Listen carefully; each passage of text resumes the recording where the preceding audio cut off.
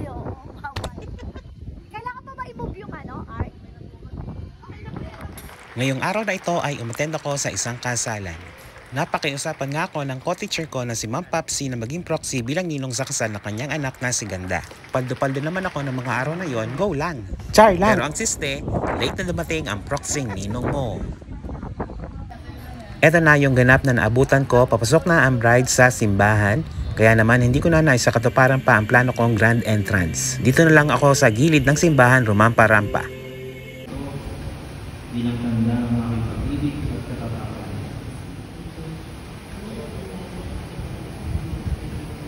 Sila na halakpakan.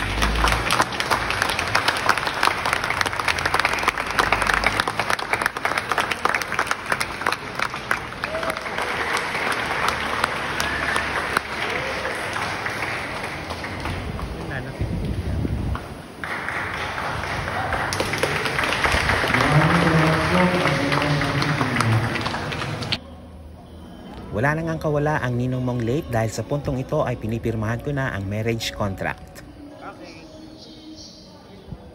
Kasama ko din palabi ng mga ninong din si Sir Kenneth at Sir Justin. Dito nga sa Poderosa Events Place, dito lang din sa Binangonan ginanap ang reception ng kasal. At syempre pa dito natuon ang aking pansin.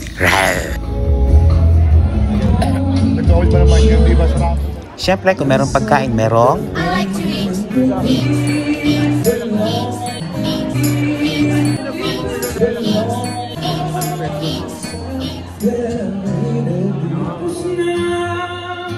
habang nagpipika-pika ang mga bisita ay hinaharana naman sila ng napakagaling na singer na si Sir Jolo Cabero.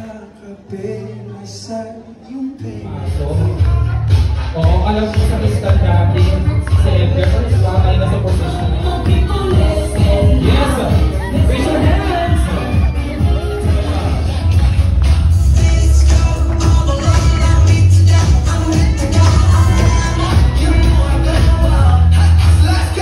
Wow! Everybody clap your hands! Bigay ng message. Eh, message mo naman, Pops. Alam. Iiyak na yan. Bumabawin, bumibuelo muna ako kasi. Okay. Una po sa lahat, nagpapasalamat ako sa inyo kasi kayo huminto. Wish ko sa inyong dalawa happiness, syempre joy, at syempre yung endless love. As you're going to start your new adventure together. Kaya hanggang maaari sana. Paano kumilos ng isang maging mayaman? At dahil nga nasa formal event ang mga ninong, kinakailangan muna nilang magkunwari ng sandali.